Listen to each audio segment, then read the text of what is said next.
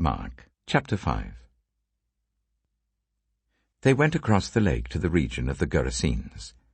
When Jesus got out of the boat, a man with an impure spirit came from the tombs to meet him.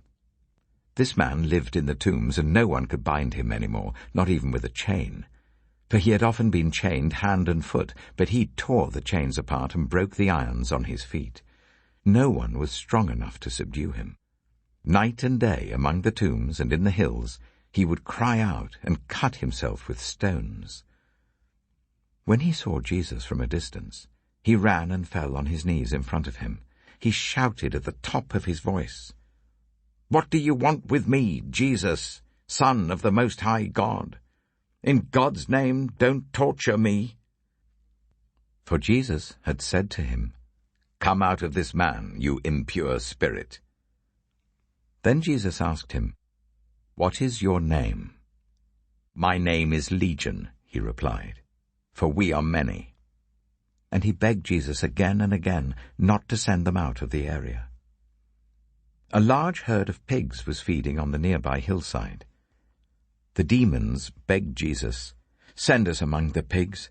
Allow us to go into them."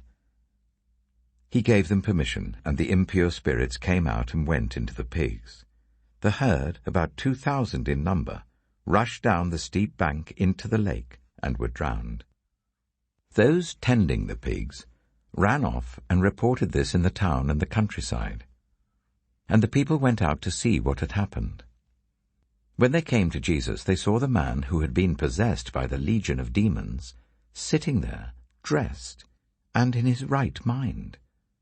And they were afraid. Those who had seen it told the people what had happened to the demon-possessed man, and told about the pigs as well. Then the people began to plead with Jesus to leave their region. As Jesus was getting into the boat, the man who had been demon-possessed begged to go with him. Jesus did not let him, but said, "Go home to your own people, and tell them how much the Lord has done for you, and how he has had mercy on you." So the man went away and began to tell in the Decapolis how much Jesus had done for him, and all the people were amazed. When Jesus had again crossed over by boat to the other side of the lake, a large crowd gathered round him while he was by the lake. Then one of the synagogue leaders, named Jairus, came, and when he saw Jesus, he fell at his feet. He pleaded earnestly with him, "My little daughter is dying. Please come and put your hands on her, so that she will be healed and live." So Jesus went with him. A large crowd followed and pressed round him. And a woman was there who had been subject to bleeding for 12 years.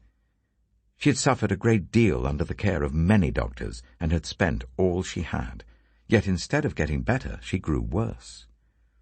When she heard about Jesus, she came up behind him in the crowd and touched his cloak, because she thought, "If I just touch his clothes, I will be healed." Immediately, her bleeding stopped, and she felt in her body that she was freed from her suffering.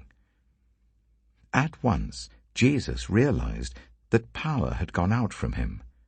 He turned round in the crowd and asked, "Who touched my clothes?" "You see the people crowding against you," his disciples answered, "and yet you can ask, 'Who touched me?'" But Jesus kept looking around to see who had done it. Then the woman, knowing what had happened to her, came and fell at his feet, and trembling with fear, told him the whole truth. He said to her, "Daughter, your faith has healed you. Go in peace and be freed from your suffering." While Jesus was still speaking, some people came from the house of Jairus, the synagogue leader. "Your daughter is dead," they said. "Why bother the teacher any more?" Overhearing what they said, Jesus told him, "Don't be afraid. Just believe." He did not let anyone follow him except Peter, James, and John, the brother of James. When they came to the home of the synagogue leader, Jesus saw a commotion with people crying and wailing loudly. He went in and said to them, "Why all this commotion and wailing? The child is not dead, but asleep." But they laughed at him. After he put them all out, he took the child's father and mother and the disciples who were with him, and went in where the child was. He took her by the hand and said to her, Talitha cum, which means, Little girl, I say to you, get up.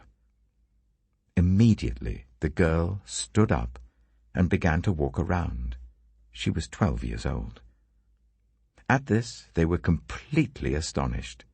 He gave strict orders not to let anyone know about this, and told them to give her something to eat.